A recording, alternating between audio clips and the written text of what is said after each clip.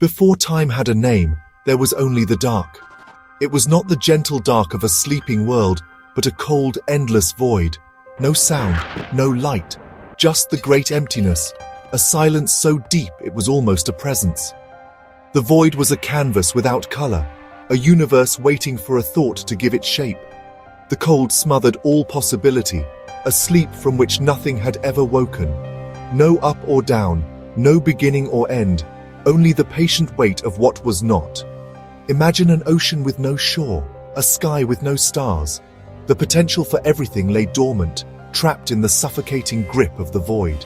There were no dreams, for there was no one to dream them. This was the age before existence, a universe holding its breath. The darkness was not evil, just empty, placid, eternal stillness. It was perfect in its own way, a flawless expanse of nothing.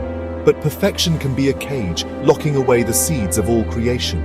And so it remained for an eternity that cannot be measured. The void was content, complete, knowing nothing of warmth or change. Yet even in absolute stillness, a thought can begin to form.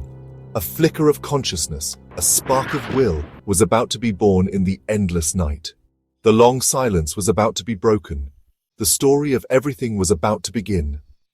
From the deepest part of the nothing, a thought awoke, a feeling, a warmth, a single golden point of awareness in the infinite cold. Raya, the sun god. He did not come from anywhere, he simply was. He opened his eyes, and for the first time there was light.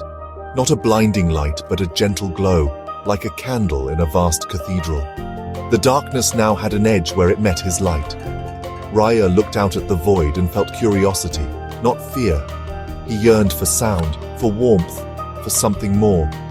His existence was a rebellion against the stillness. With every moment, his light grew, pushing the darkness back. The gentle glow became a steady flame, then a rising sun. The void, which had known only itself, now knew light. Raya's light cast the first shadows, giving form to the formless. He stretched out his arms, and light poured from his fingertips, spreading across the void. He moved, and for the first time, there was motion. He hummed, and for the first time, there was sound. The universe was waking up. The first dawn was not a single event, but a slow, deliberate act of will. Raya nurtured his own light until it became a glorious, world-defining fire. He was the heart of a new existence, pumping warmth and life into the cosmos. The long, silent night was over. The age of light had begun, and with the light came the promise of more. A world, life, a story waiting to be told. The universe was no longer empty. Raya saw the emptiness as a canvas, full of potential. He reached into the darkness and began to sculpt, gathering the raw matter of the void. He was not a god of force, but an artist, shaping chaos into order. Patiently, he spun a great sphere, smoothing its edges and setting it to turn. This would be the foundation, a world waiting for its story. He breathed upon its surface, and his breath became the first winds. The winds whispered across the stone, awakening the planet. Raya took a shard of his own light and plunged it into the heart of the sphere. The world shuddered, warmth spreading from its core. Mountains rose, chasms formed, the world gained its features. It was becoming a place, not just a thing.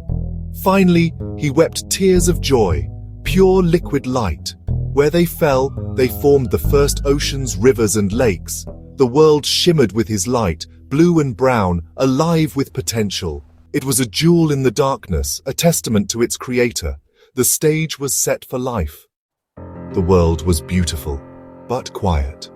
Alive, yet not living. Raya walked upon his creation, feeling its heartbeat beneath him. It lacked consciousness, companions to see its beauty. He knelt by a glowing river, took a handful of wet clay, and began to shape it with gentle care. He molded a form, strong, graceful, with eyes to see, a mouth to sing. When finished, he laid it on the ground. A perfect statue, but empty. It had form, but no life. Raya knew what was missing, a piece of himself. He leaned down and breathed the breath of life into the clay. Golden light flowed from his lungs into the form. The clay warmed, the chest rose, the eyes fluttered open. For the first time, a being other than Raya looked upon the world. The first human sat up, looked at the sun god, and was not afraid. Life had begun. The world was no longer alone. Creation had found its witness. The story of humanity had started. But the darkness was not defeated, it had only retreated. It watched from the edges of the light, remembering its silent reign. The void felt envy, a cold resentment for the song of life. It could not create, but it could corrupt. From the deepest shadows, things began to stir the Umbra. Shadows of nothing. They were fear given form, despair given a voice. They hated the light. The Umbra saw humans as vessels for their whispers, a way to poison the new world. They could not face Raya directly, so they moved in the shadows. They whispered to humans as they slept, planting seeds of doubt and fear. They spoke of the dark as comfort, of Raya's light as a cage. They promised freedom in chaos, the freedom of the void. The whispers took root in some hearts, fear grew, greed sprouted. Humans began to look at each other with suspicion, hoarding gifts, building walls. The song of life faltered, discord crept in. The Umbra fed on this, growing stronger. The darkness was no longer just outside, it was finding its way in. The world's harmony was threatened. The first shadow of conflict had fallen. The void had found a way to touch creation. The struggle between light and darkness had begun.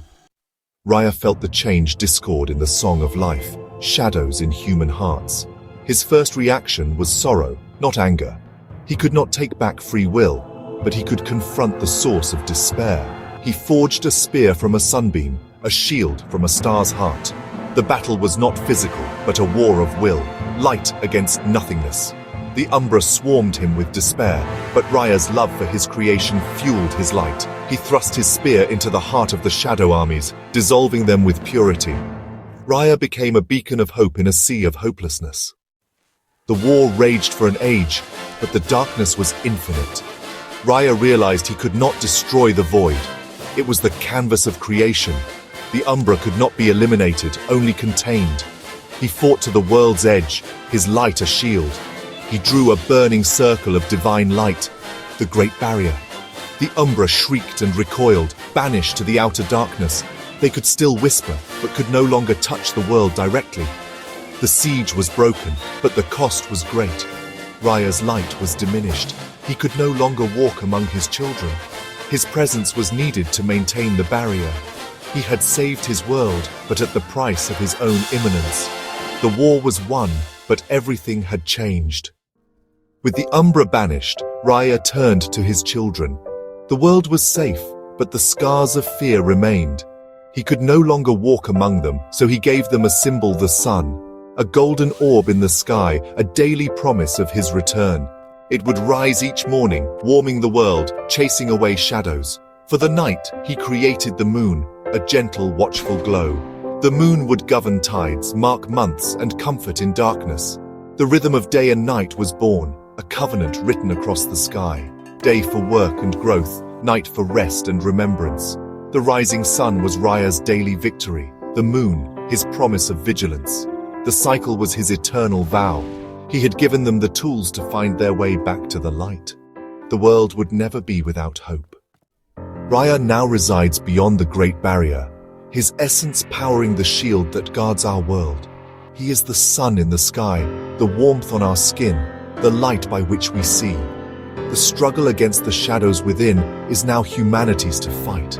Every dawn is a renewal of his covenant, a reminder that darkness can be overcome. He watches as we build, create, love, and sometimes fall. The Umbra still whisper from the outer dark, tempting us with despair. Every act of kindness, every moment of courage strengthens the light. The story continues, written in the turning of seasons and the heart of every child.